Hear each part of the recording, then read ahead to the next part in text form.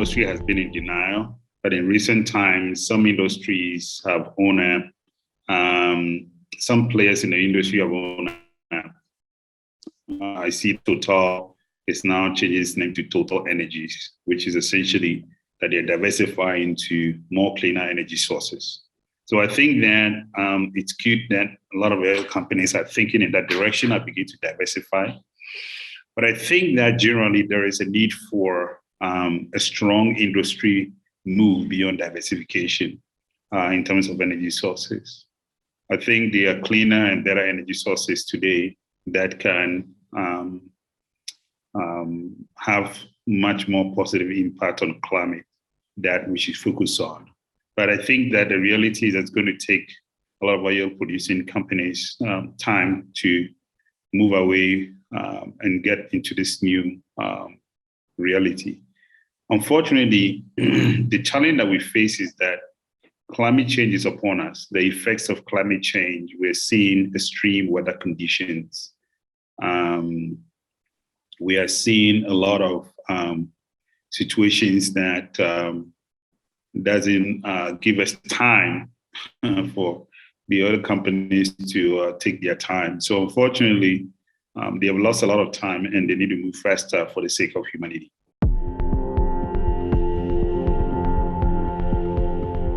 Why I said I think that one of the abundant things that Africa has is the sun.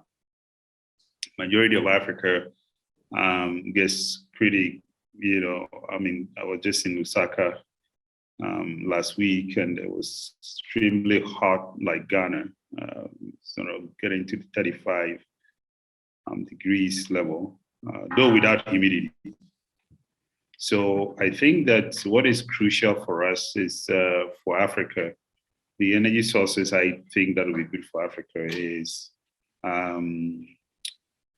solar, because we have a lot of sun. I also think that we have a lot of wind in Africa. So wind energy could also be a very good alternative source for us. We are looking at how do we use technology to solve some of these problems, right? So we back companies that are using technology as a way to deal with the inefficiencies, frictions, pain points in the market. Mm-hmm. And I think that's what really technology is about. So by using it as a tool to solve problems. Yes. And I think that one of the things we've seen in the energy sector, for example, is to a very large extent how energy system communications are built using the latest technology to ensure that there's efficiency in distribution and ensuring that you curtail the losses. You see the same thing in agricultural sector. One of our companies, Farmerline, they're helping farmers with access to information and access to market. So something as simple as that, doubles the profitability of farmers over time. So technology can be used to a very large extent to deal with some of these inefficiencies, but it's not the panacea to the entire problem.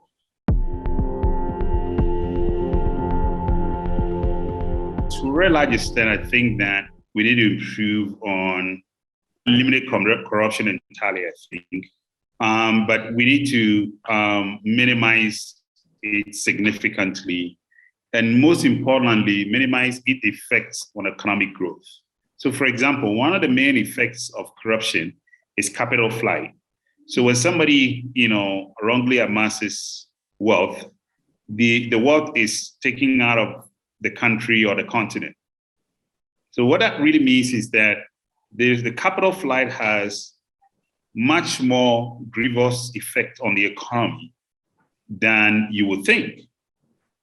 So for example, most of the wealth that leaves Nigeria is stored up in London or in Switzerland. So why are those countries not doing better? So you see why those countries have capital that helps their ecosystem. Imagine if that capital, it's known that Abacha stole $12 billion in Nigeria. Can you imagine if that 12 billion was sitting in a banking system in Nigeria? What that would mean for the velocity of capital, right? So there are larger effects of corruption that we need to pay attention to. Having said that, I'm in agreement that we need to minimize corruption significantly.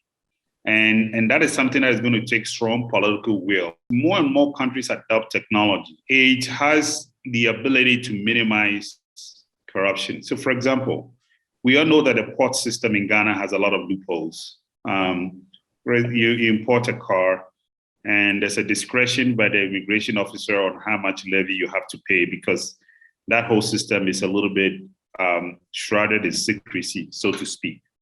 But the government has not introduced, a technology platform into the clearing system. So I'm told that when you go on a platform now, you know exactly what to pay for what goods you're sending in. So right there, you minimize the ability of an immigration officer or a clearing agent to use their discretion to request more than you should be paying for. There needs to be a more, strategic effort and political will. And this is to punish people who commit corruption, right? Who engage in the exercise. Because when people are not punished and they are just, swept under the carpet, it doesn't create a deterrent. And that's what you really want to do. So you want to make corruption very expensive for people. And one of the ways to do that is to make sure that there's firm punishment for people who are found in the least form of corruption.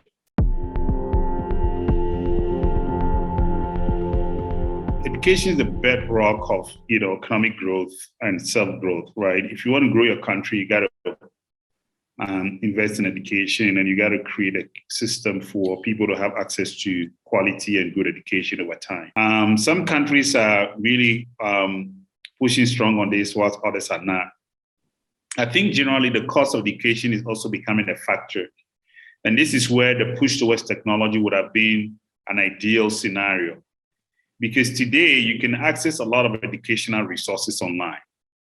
So I think that the way for governments to think is to look into ways in which they can provide education through online means.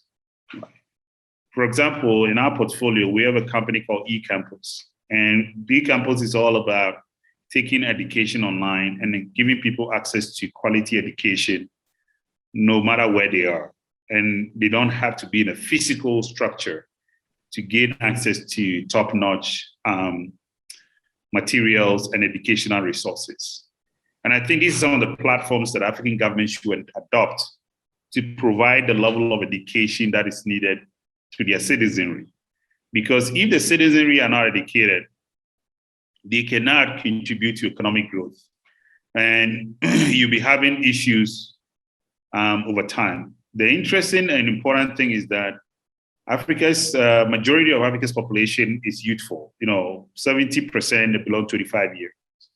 And so we need an urgent need for educational resources for the youth.